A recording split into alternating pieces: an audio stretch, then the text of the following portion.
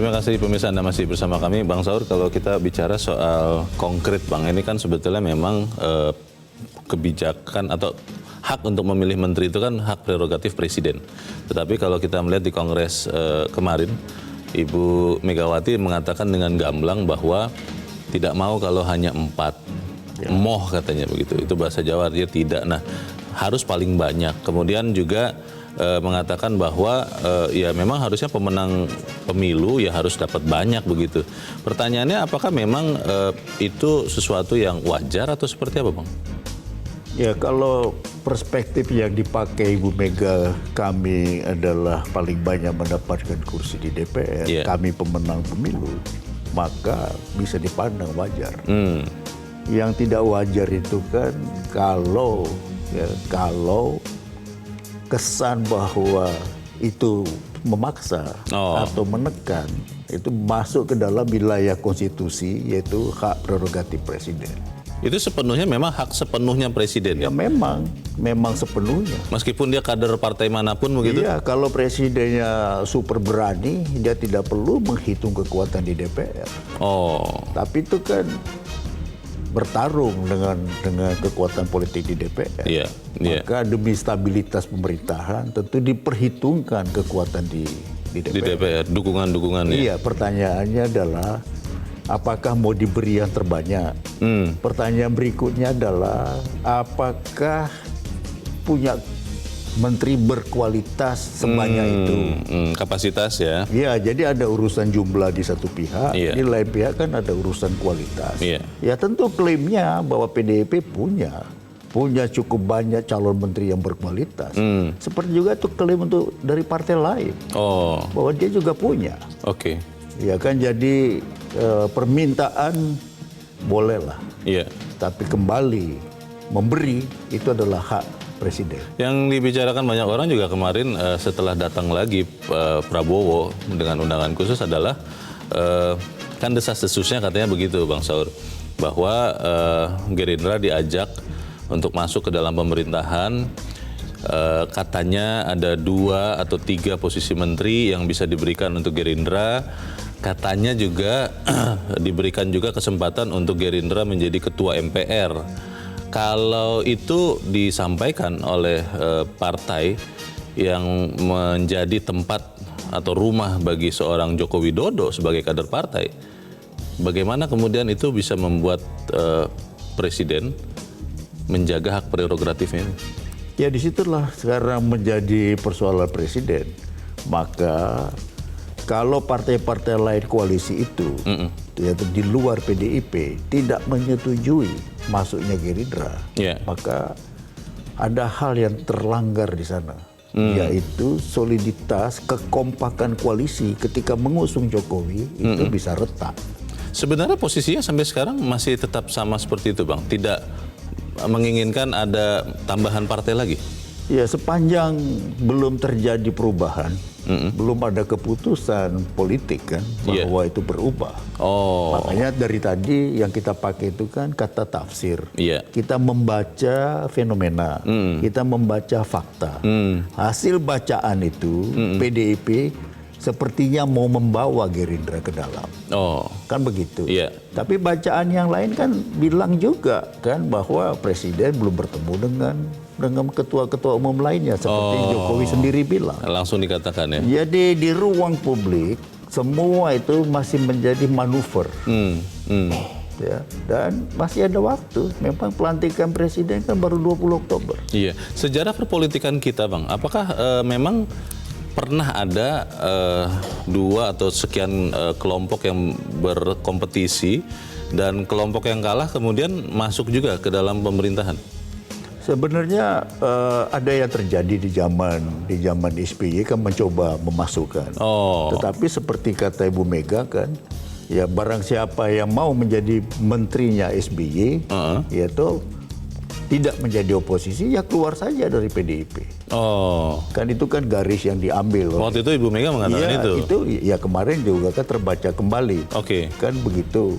Nah, sekarang pertanyaannya adalah kalau oposisi itu terlalu lemah karena terlalu kecil. Karena sebagian masuk ke dalam pemerintahan. Sekarang kan posisinya 60%. Yang dengan bertambahnya masuknya Gerindra itu kan sudah di atas 70%. Oh, hanya sisa 30-an%? Iya, bahkan kurang. Jadi pertanyaannya adalah baguskah itu dalam demokrasi? Baguskah itu bagi check and balance? Kan itu. Tidakkah 60% itu sudah cukup? Yeah. Kan pengambilan keputusannya kan 50% plus 1. Yeah. Itu jadi terlalu besar itu juga eksesif. Ya. Kekuasaan terlalu besar itu eksesif. Oposisi terlalu besar juga eksesif. Yeah.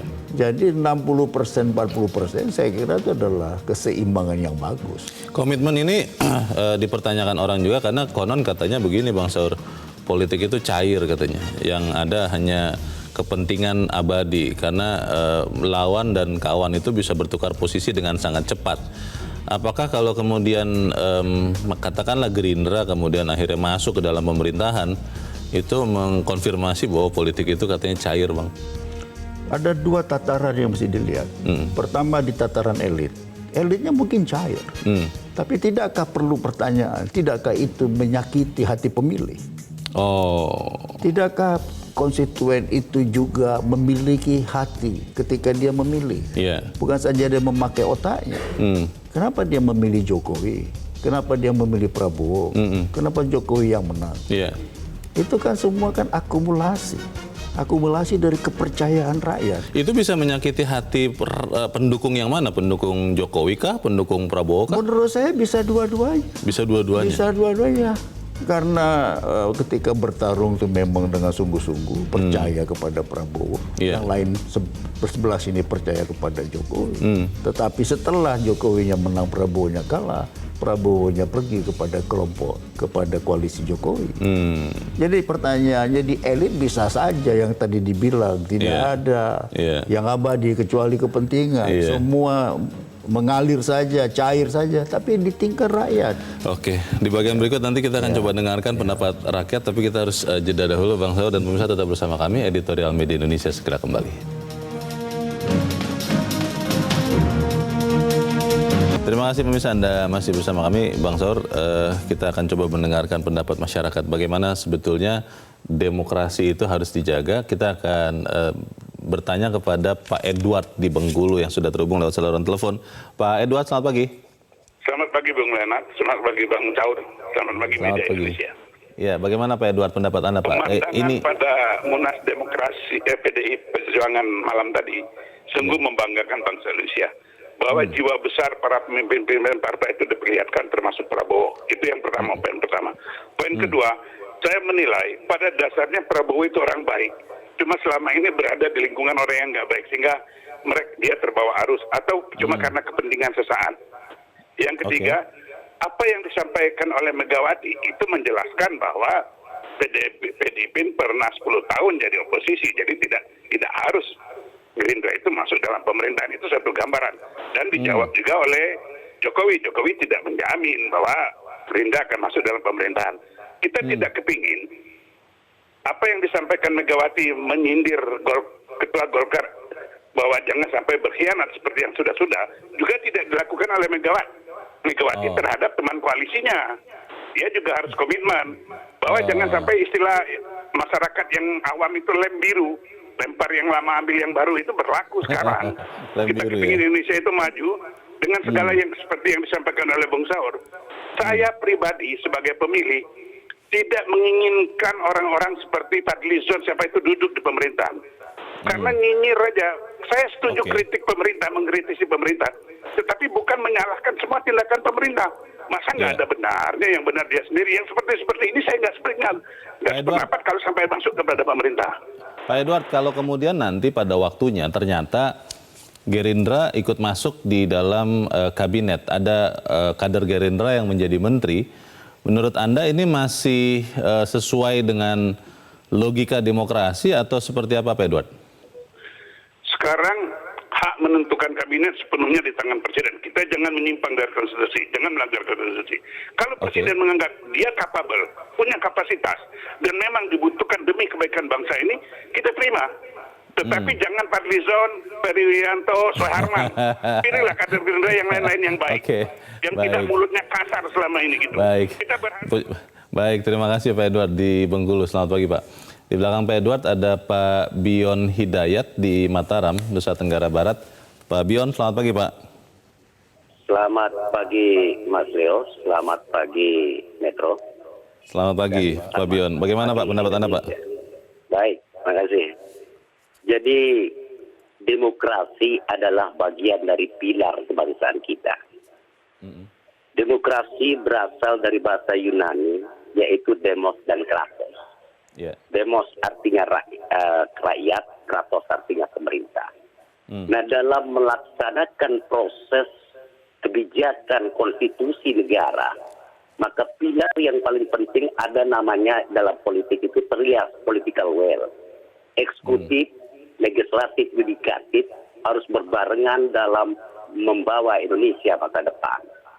Nah, persoalannya adalah ketika sekarang momen demokrasi ini menjadi menarik dalam rangka mensunding anak negeri menjadi kabinet pembantu Jokowi.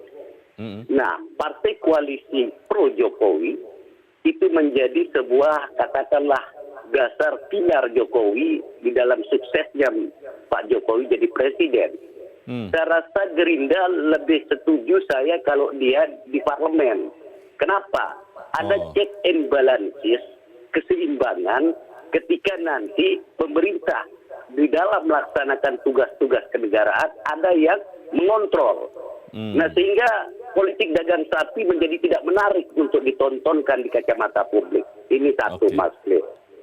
Lalu yang kedua, di dalam era keterbukaan republik, maka hukum menjadi panglima. Nah, oleh karena itu, win-win solution of justice kekuasaan, sepakat kita. Tapi marilah kita lihat anak negeri yang berkualitas untuk disunding menjadi pembantu Jokowi yang berkeadilan, Mas Leo. Saya selalu katakan berkeadilan. Pak Jokowi sering mengatakan bahwa kita membangun Indonesia ini yang berkeadilan. Nah, carilah orang-orang juga yang profesional tentunya yang membantu Pak Jokowi di kabinet. Jangan hanya Pulau Jawa saja. Selalu saya katakan kita ini diskriminatif di keadilan ini, Mas Leo. Iya Pak Bion. Baik, terima kasih Pak Bion. Nanti semoga ada menteri yang bisa mewakili Pak Bion juga ya Bang Saur ya. Mungkin dari Nusa Tenggara Barat atau dari daerah lain. Kita tunggu nanti. Di belakang Pak Bion ada Ibu Upik Muara di Jakarta. Bu Upik, selamat pagi. Pagi Bang Leo dan Bang Saur. Komitmen menjaga demokrasi. Kita lihat politisi kita itu harusnya bangsawan. Kejadian di Kongres PDIP itu sebenarnya saya senang sekali ya bisa duduk bareng. Yang lucu lagi Pak Prabowo itu diundang khusus gitu ya. Mungkin di bawah belakang Pak Prabowo ada beberapa, nggak tahu Pak Zulkifli Hasan kenapa naik haji atau naik apa nggak tahu saya. Yang jelas dengan kejadian Kongres kemarin itu sebenarnya menunjukkan bagus, cuman yang saya tidak setuju kalau memang kemarin adalah rival dalam pemilu ya jangan masuk dalam gerbong karena untuk banyak imbang. Jangan semuanya ikut gitu. Jadi gimana caranya pemerintah kalau tidak ada yang check and rechecknya gitu.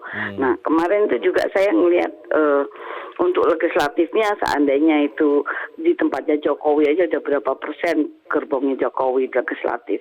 Nah nanti ditambah lagi eksekutif rivalnya Pak Jokowi masuk juga. Dan terus gimana ini? Rakyat ini kan sebagai pemilih yang sebagai kandidat pemilih amanatnya dari rakyat gitu ya. Rakyat jadi kayaknya dipermainkan. Hati-hati. Hati-hati. Suara rakyat, suara Tuhan. Baik. Terima kasih Ibu Upik Muara di Jakarta. Suara rakyat, suara Tuhan. Hati-hati. Hati-hati. Itu kalau melihat tadi pemirsa Bang Saur mengatakan sesuatu yang baik ketika melihat para pemimpin bisa duduk bersama. Walaupun tadi juga di bagian yang lain pemirsa juga mengatakan ya sudah kalau yang kalah pemilu tidak usah masuk gerbong. Tadi Bu Upik mengatakan terakhir. Bagaimana Bang? Ya, saya sependapat bahwa sebaiknya memang tetap berada di luar gerbong. Jadi dengan begitu memang penyeimbang kontrol itu kuat, ya, kurang lebih 40%. Ya. Tapi perlulah memang yang dikatakan oleh Ibu Upi itu diperhatikan benar ya. Bahkan dia pakai kata hati-hati. Suara rakyat itu suara Tuhan. Ya, hati-hati. Ya, tapi Bapak dari Bengkulu bilang kan, ya masuk oke, tapi orangnya jangan orang berkualitas, jangan orang yang nyinyir, jangan orang yang asal bicara, asal kontrol. Kalau melihat ini, tetap kan penentu terakhir adalah tetap presiden. Makanya ini kan menjadi pertarungannya kan jadi kepada presiden. Dan tidakkah sebaiknya kita membantu presiden untuk mudah mengambil keputusan? Dengan tidak perlu macam-macam manuver ya. Iya, bicara 5, bicara 10, bicara sekian banyak menteri, itu kan ya memang tidak bisa dibicarakan di dalam gitu Bang? Ya mestinya sih bisa. Pertama kan kesepakatan dulu lah berapa besar yang mau dikasih kepada kaum profesional. Jadi ada kementerian yang menterinya jangan dikasih kepada orang partai. Karena?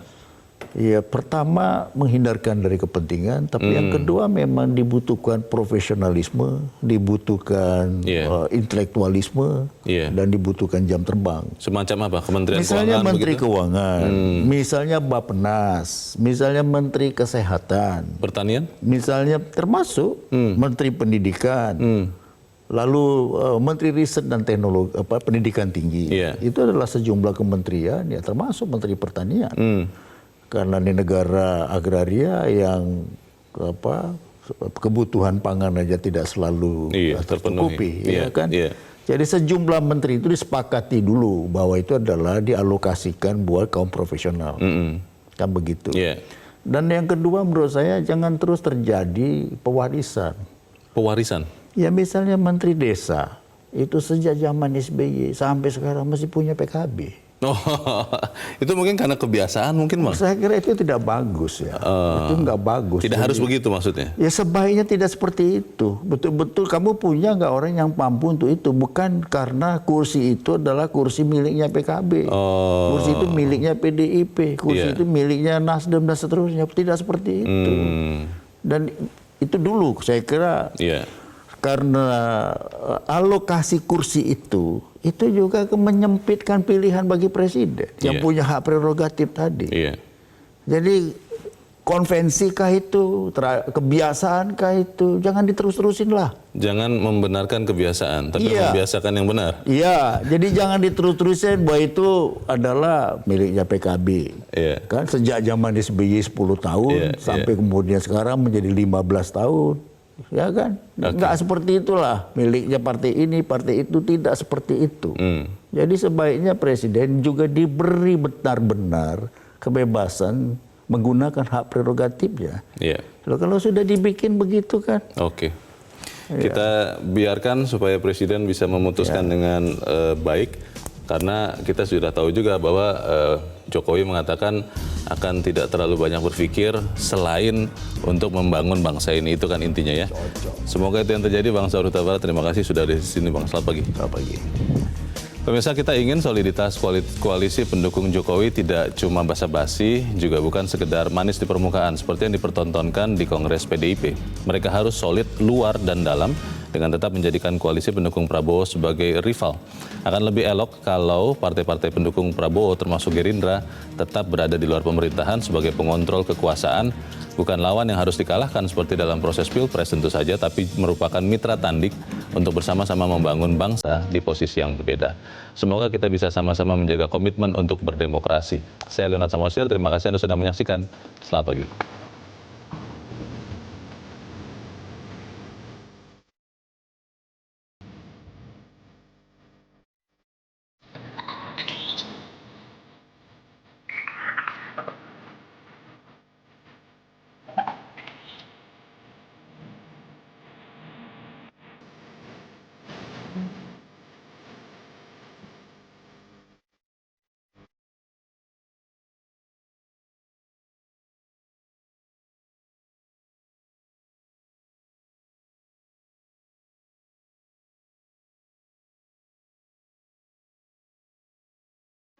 Metro TV, knowledge to elevate.